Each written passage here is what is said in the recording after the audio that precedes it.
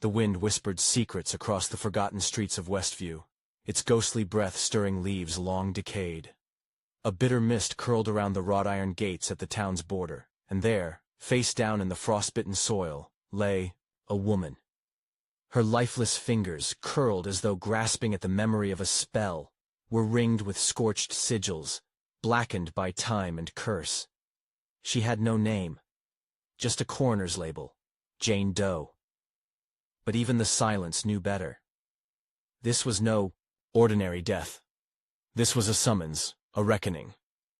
Agatha Harkness had walked away from her power once, stripped of memory, identity, and fire. She had been caged in suburban farce, her wickedness dulled by the saccharine illusion of WandaVision.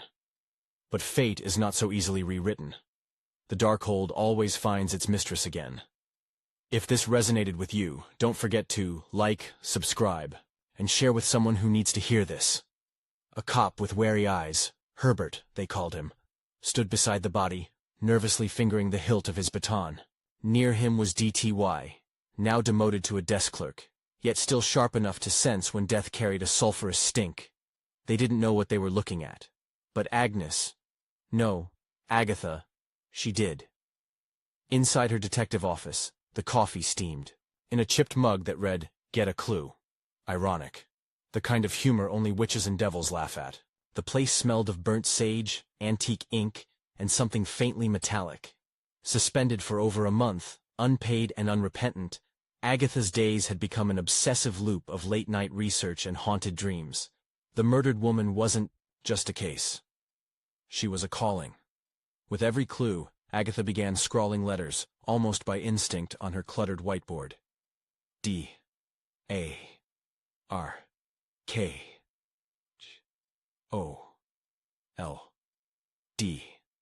The words sent a chill through her bones like old chains rattling to life. The book of the damned, the heart of every evil spell cast in shadows. Her memories trembled beneath the surface like things caged too long. And then there was the boy.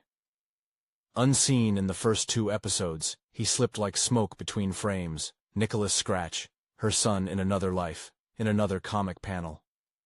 The name alone stirred ancient dread. For in the Fantastic Four comics of the 1970s, Nicholas wasn't just a sorcerer. He was a predator of souls, his magic rotting everything it touched. Caught red-handed breaking into her home, the boy was dragged into her interrogation chamber. But no ordinary questioning followed. Agatha, began to fracture. Her grip on reality thinned like old silk. One moment she was staring at a picture of the Jane Doe. The next, it was a garden. Flowers blooming from a grave she couldn't remember planting. Déjà vu didn't begin to cover it. This was trauma unraveling in Technicolor. In the post-mortem chamber, the dead woman's face blurred until it became that of Wanda Maximoff. And then, something else. Something monstrous. When Agnes stripped to change, she caught her reflection, and a strange mark on her lower back, a sigil. An ancient rune. Perhaps a remnant of a curse, or something far more personal. Its origin was a riddle her fractured mind refused to solve. She woke later, naked, alone, shivering inside her home. Something had changed. The air was heavier, the silence more watchful. She stumbled into her basement, where a bunny, still staring, not blinking, greeted her with eerie calm, the kind of calm that made your blood pulse louder in your ears. But the real turn came in the final moments of Episode 1. Agent Vel, played by Aubrey Plaza in a role she seemed born for, stepped from the shadows, shedding her disguise like a snake casting off skin. She wasn't here for justice. She was here to make a deal. A Salem sister. Her voice was molasses and venom. "I have a black heart," she whispered, as if reciting a rite. Her eyes burned like coals. Agatha stood frozen, not in fear, but in recognition. She knew this magic. Vel wasn't the only one. They were coming. And Westview would never be the same. The Mouthless boy and the Scarlet wound. The boy sat under a flickering interrogation light, his eyes brimming with secrets he couldn't speak. Literally, Every time he opened his mouth to utter his name, the air around him twisted, and his lips sealed shut by an unseen force. It was as though the universe itself refused to let his identity be known. Agatha leaned in, her breath shallow, her fingers splayed across the cold metal table. The room thrummed with ancient energy. There was something maddeningly familiar about this child. Not his face, not even his aura, but the sensation he evoked. Like a chapter torn from her own soul. She asked again. "Who are you?" Silence. His mouth opened. She saw his lips form the syllables, but no sound emerged. And then, snap. His mouth was gone, smoothed over like the face of a mannequin. Her heart stuttered in her chest.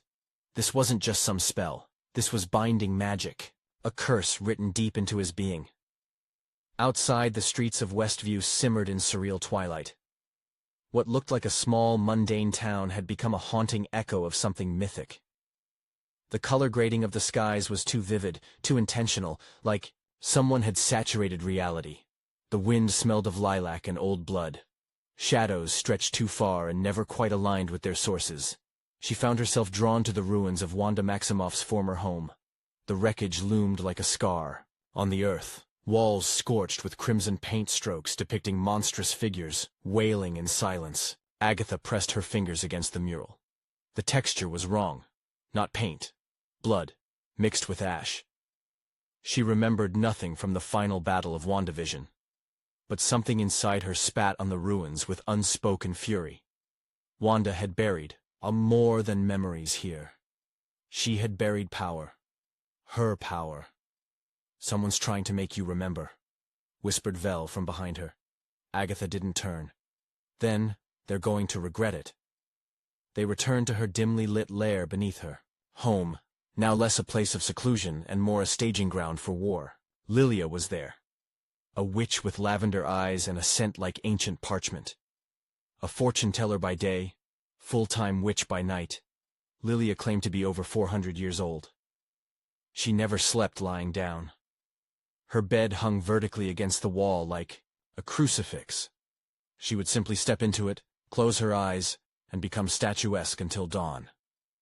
Jenny joined them later. She ran a probiotic shop where she sold candles that could also be eaten after burning. "Infused with digestive spirits," she joked, but Agatha didn't laugh. Jenny wore an earring shaped eerily like the Scarlet Witch's crown. Coincidence? Not likely. The coven was gathering. Still, Agatha couldn't shake the boy. Every time he spoke, the words were swallowed by silence. Every attempt to hear his truth left her with static in her skull and blood at her temples. And yet, she cared. Against all odds and instinct, she began to protect him. Why? Vel asked one night, perched in a velvet armchair as lightning danced outside. Agatha stared at the boy sleeping on the couch, his breath shallow, his dreams restless. "Because I think I once loved him," she said. Vel's face cracked into a smirk. "Love is a luxury. We deal in pacts, not promises." "But what if I made one?" Agatha whispered. And forgot. That question haunted her as the second episode spiraled toward its climax. Mrs. Hart, known from WandaVision now, revealed to be Sharon, had returned to the narrative, seemingly older, wiser, and hiding something beneath her half-smiles. The energy in Westview was twisting like a knotted rope about to snap. The witches came at midnight. 4 women, cloaked and humming in tongues older than Latin, joined Agatha beneath the scarlet moon. Their ritual was ancient, their purpose clear, to seek the path to the Witch's Road, the hidden realm that had once granted them power, knowledge, and immortality. As they chanted, a door opened beneath their feet, not a physical one, but a spiraling staircase of shadow and flame, leading downward into realms untouched by time. Just as they prepared to descend, the 7 Salem Sisters appeared, like specters summoned from nightmares. Each one radiated, magic so thick it hurt to breathe. But Agatha did not flinch, because for the first time since her false imprisonment under Wanda's hex, she felt something ancient stir within her. A flicker of the witch she once was. And that witch was waking. Up angry, the Salem Sisters surged forward. Agatha grabbed the boy's hand, her other hand burning with violet fire. "Run!" The Witch's Road and the Price of Memory. The staircase twisted into nothingness, a spiral of stone and shadow, pulsing with the rhythm of a heartbeat too large to be human. As Agatha descended into the Witch's Road, the world above collapsed into silence, sealed off like a storybook slammed shut. Each step down was a decade stripped from her soul, a memory forced into clarity. The boy followed behind her, quiet but alert, his eyes reflecting the strange symbols glowing along the walls, marks that flickered like dying stars and hissed. In forgotten tongues, the others had scattered. Lilia vanished into smoke, Jenny taken by a shriek in the wind. Vel was missing. At the bottom of the stairway, they arrived in a corridor of glass, suspended over a churning abyss of light. It wasn't just magic down here. It was truth, raw and unfiltered, swirling like a storm behind every pane. Memories waited behind each panel, whispering to her, tempting her. She paused before one. It showed a young woman, herself, on the night of the Salem trials. But this time, the scene didn't match what she remembered. Instead of terror in her eyes, there was ambition. Not grief, but hunger. She hadn't begged for mercy that night. She had taken power from the coven, drained them until their bones turned to dust. A soft gasp escaped her lips. She turned to the boy. "You shouldn't see this." His mouth opened, just slightly. And this time, for a split second, she heard a syllable. Mother. It nearly dropped her to her knees. But the Witch's Road wasn't done with her yet. They reached the crossing, a great bridge of crimson crystal spanning an endless chasm. Hanging from the sides were pieces of time, caught mid-moment. There, she saw Wanda whispering to her children. Another shard showed Dr. Strange turning from her with narrowed eyes. Still another revealed Vel, in conversation with a hooded figure whose face was obscured, but whose presence radiated rot and decay. Vel had made a deal, and she hadn't made it with Agatha. The boy staggered forward, blood dripping from his nose. The farther they went, the more the road took from him. Agatha grabbed his hand and summoned a bubble of protection around them, a sphere of violet flame. "Why are we here?" he rasped. His voice was back, just barely, but it cracked like glass. "Because someone wants us broken," she said. "And I want to remember why." The next chamber was shaped like a cathedral and lined with mirrors that didn't reflect their images, but their fears. Agatha saw herself impaled on a witch hunter's stake, flames licking her feet. Then, the next mirror. Her holding a child's corpse, his corpse, and screaming into the void. Another showed her wearing Wanda's crown, surrounded by corpses. The boy saw nothing. No mirrors recognized him. "You don't belong here," Agatha murmured. "You're not from this world." He nodded once. "Not anymore."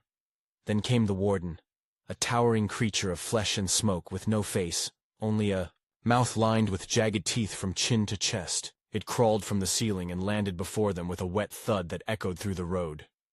In its hands it held the Darkhold, not a book, a living thing, beating like a heart. "You want this?" it growled, voice like rusted iron. Then, "Give me what was taken." "What was taken?" she asked. "Your guilt," the boy screamed. The warden lunged, but Agatha did not run. She stood her ground, purple fire coursing through her veins. Her memories weren't just pain, they were power. With every lost moment flooding back into her mind, she fought not with rage, but with truth. "I took my coven's power because they feared what I was," she said, arms outstretched. "I let Wanda take my mind because I feared what I'd become. But I will not lose this child, not again," the warden roared. The Witch's Road split. The boy reached for her, eyes glowing with the same hue as hers, violet, vibrant, alive. And then, a twist. The boy's form began to shimmer. His shape wavered like a candle's flame. "I'm not your son," he said. "I'm your memory of him." The chamber shattered like glass, casting her and the echo of her past into a pit of darkness. She landed alone, breathless, sobbing.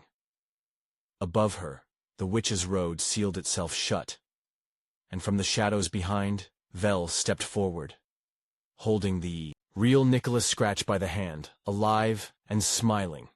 The betrayer's bargain. The air was thick as velvet, soaked in ancient magic and betrayal. Agatha lay crumpled in the darkness, her body bruised by the fall.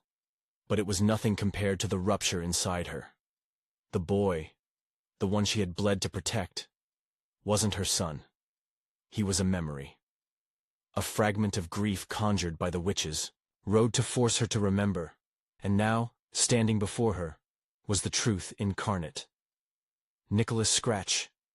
Not imagined, not lost. Real. Flesh, blood, and fury. And beside him, like the viper she was, stood Vel. Her smile so sharp it could draw blood. She held Nicholas's hand as if they were allies, conspirators, perhaps even family. Agatha tried to rise, but her legs trembled. The emotional weight of the road still clung to her like tar. "You," Agatha hissed, her voice hoarse. "What have you done?" Vel tilted her head, amused. "Restored balance. While you were busy clinging to illusions, I made a deal with the Salem Sisters. And Nicholas? He agreed to help me." Agatha's heart cracked. Nicholas looked older than she remembered, wiser and colder. "I waited for you," he said.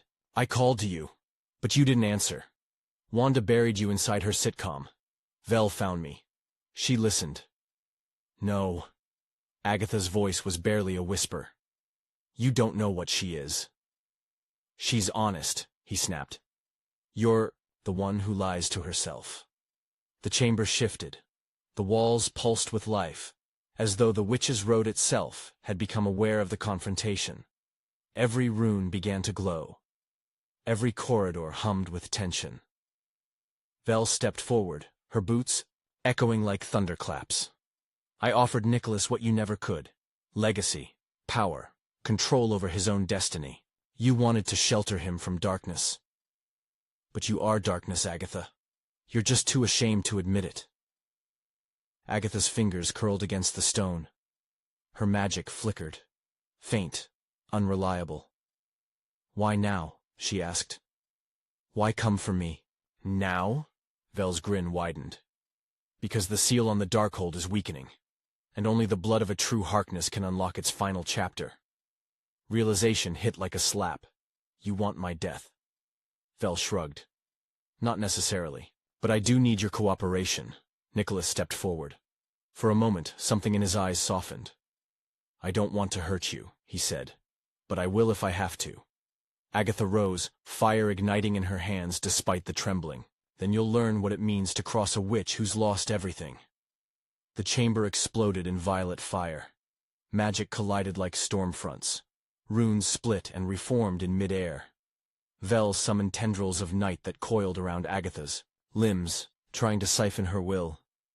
Nicholas conjured spectral blades forged from shadows and memories. And Agatha fought with raw chaos. No incantations, just fury. "You don't know what you're doing," she shouted through the maelstrom.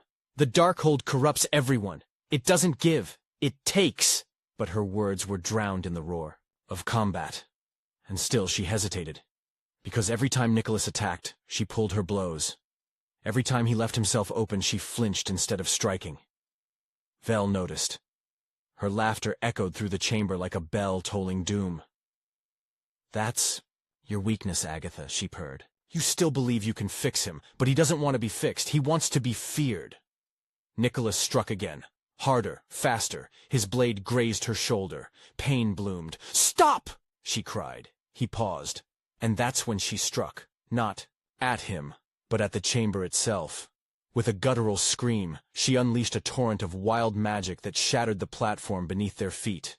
The entire room caved in, swallowed by darkness and screaming wind. She clutched Nicholas to her chest as they fell again, this time into a deeper layer of the road, into the forgotten catacombs where even witches dared not tread. They landed with a sickening crunch in a space without walls. Just an endless gray, void littered with floating relics, broken wands, burned grimoires, cursed bones. The space smelled of betrayal and sorrow. Agatha groaned. Nicholas was unconscious, bleeding from his temple. Vel was gone. For now. And in the silence that followed, Agatha looked at her son and whispered, "I remember you. I remember everything. Then the darkness whispered back. So does he. The forbidden chapter. The void pulsed like a sleeping beast, thick with arcane decay. Agatha knelt beside her son, her fingers trembling as they brushed his cheek, sticky with blood. Nicholas stirred, groaning, his breath shallow but steady. He was alive, flesh and bone, but the cost of their fall lingered in the air. They had descended into the lowest reaches of the Witch's Road, where time stood still, and forgotten spells rotted like corpses. Here, even magic feared to tread. No sound, no echo, only the murmur of distant whispers, the voices of witches long dead, imprisoned in the bones of this place. Agatha's shoulder burned where Nicholas had cut her. The wound festered not just with pain, but with memory. The blood he had drawn from her wasn't ordinary. It shimmered faintly in the dim glow of the void, imbued with ancestral magic, the last tether to the Darkhold's forbidden chapter. She knew it now. This was the place the Salem Sisters had failed to reach. The final passage, the last spell. It called to her. As Nicholas stirred awake, his eyes glazed with confusion and pain, she gripped his wrist, not to attack, but to share. She poured into him the truth he'd never known. When I bore you, she whispered, the coven warned me. Said your magic would eclipse even mine, that you would be hunted, feared. I tried to hide you from that prophecy. I erased parts of your memory, even from myself. That was my sin. His eyes searched hers. You erased me? To protect you, she said. To protect both of us. But I was wrong. He yanked his arm free. That's not your choice to make, I know. For a moment, the silence returned. Not peace, just the kind of hush that precedes transformation. And then it broke. A book appeared. Or rather, it formed from the void. Its pages stitched from skin. Its cover bound in sorrow. The Darkhold's final chapter. Agatha could feel it pulling at her soul like a lover's hand in the dark. Nicholas stood. Blood crusted along his brow. He didn't flinch at the sight of the book. I can open it, he said. Agatha's voice was low. You shouldn't, he turned to her. Then why did you bring me here? Because I needed to know if you would, she whispered. If I had already lost you. The book pulsed, the chamber shifted. Floating relics began to orbit them, drawn by the gravitational pull of the spell that slumbered within that book. Bones rattled, candles flared into ghostly light, and the whispers, the witches, began to chant. Nicholas reached out. Agatha reached for his hand instead. You don't have to do this, she said. His jaw clenched. I want to. The book opened. Not with a sound, but a scream. A soul-rending wail that split the air and conjured a shockwave of raw chaos. The relics exploded outward. The void itself rippled like water, revealing shards of alternate timelines. Nicholas as a conqueror with eyes of flame. Nicholas dead at Wanda's feet. Nicholas consumed by his own power, shrieking as he dissolved into dust. He stumbled back. Agatha caught him. The book closed of its own accord, smoke curling from its pages like a dying breath. And then Vel returned. She emerged from the rift behind them, cloaked in black fire, eyes brimming with fury. Her body was no longer wholly human. Her hands were claws of obsidian, her skin etched with runes that bled light. You opened it, she spat. He opened it. We didn't read it, Agatha said. Vel's voice twisted. Then you wasted your one chance. That was the price.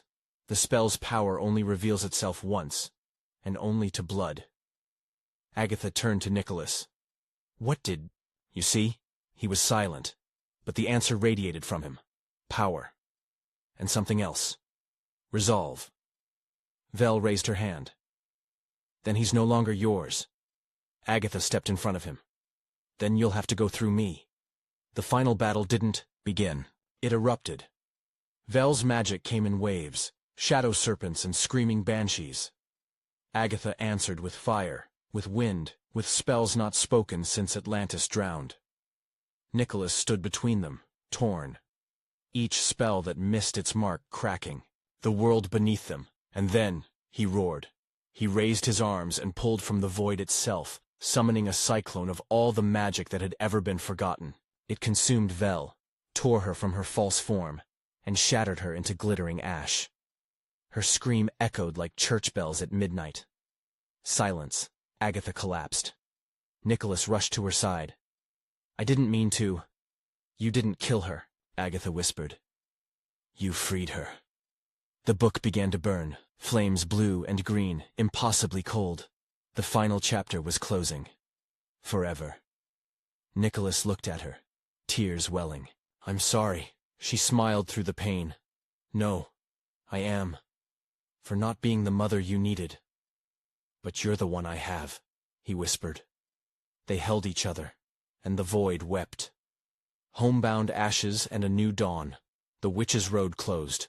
Behind them, not with the brutality of thunder, but with the solemnity of a heartbeat ending. The stairway, once chiseled from obsidian and laced with sorrow, disintegrated behind Agatha and Nicholas as they rose from the underworld of magic back to the surface of Westview. It was morning.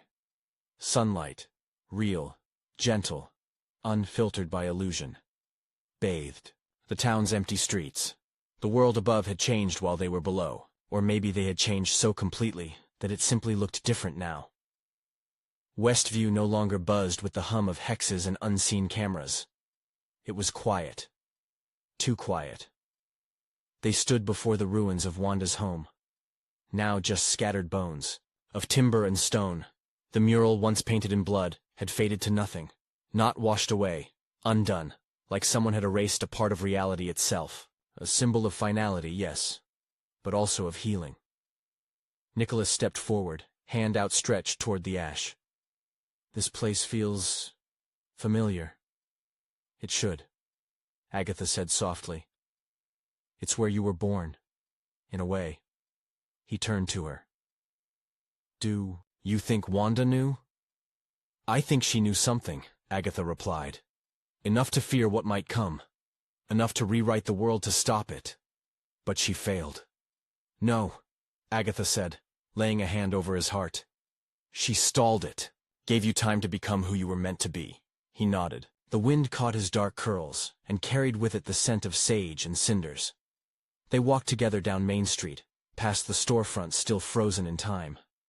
Lilia's fortune parlor was boarded up, a faint flicker of candlelight barely visible inside. Jenny's probiotic shop had exploded, whether from magical backlash or poor candle chemistry. They would never know. The townspeople were gone, their lives suspended like marionettes with cut strings. Agatha frowned. They were part of the hex. Nicholas looked at her. "And now?" "They're waiting," she whispered, "for what comes next." They made their way back to Agatha's home, or what was left of it. The basement had collapsed inward, the rabbit long gone, but her office upstairs was intact. The Get a Clue mug sat untouched, cold, waiting. On the desk sat a sealed envelope. No name, no stamp, just a crimson wax seal, unmistakable, the sigil of the Scarlet Witch. Agatha tore it open. Inside, a single line. "We are what we choose to remember." There was no signature. She handed the note to Nicholas. "She's watching. Still." He nodded, but his attention was elsewhere. At the edge of the room, something shimmered. A doorway, not quite physical but stitched together from strands of purple and gold magic. A portal. To where? He asked. "Anywhere," Agatha said. "Everywhere." He looked at her. "Are you coming?" She hesitated. Westview had been her prison, her stage, her grave. And now, somehow, it had become her crucible. She had descended into hell and returned. Not purified, but aware. She wasn't the villain the world remembered, nor the hero it needed. She was Agatha Harkness, a mother, a witch, a survivor, and she had unfinished business. "No," she said. "Not yet."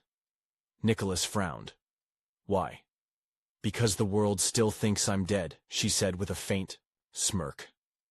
"And I'd like to keep it that way." He stepped through the portal. Light embraced him. Then, just before vanishing, he turned back. "Thank you." for finding me." Agatha's smile trembled. "Thank you for choosing to stay." The portal vanished. She was alone, but not lonely. She turned to the remnants of her office and began to gather what remained. A journal, a handful of candles. The ashes of the Darkhold had left behind something. Ashes that shimmered. A seed. And from seeds, even after fire, things grow.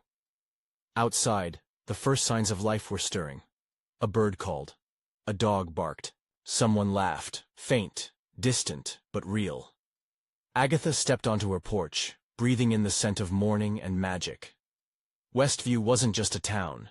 It was a second chance, and she, the witch everyone feared, was finally ready to live it.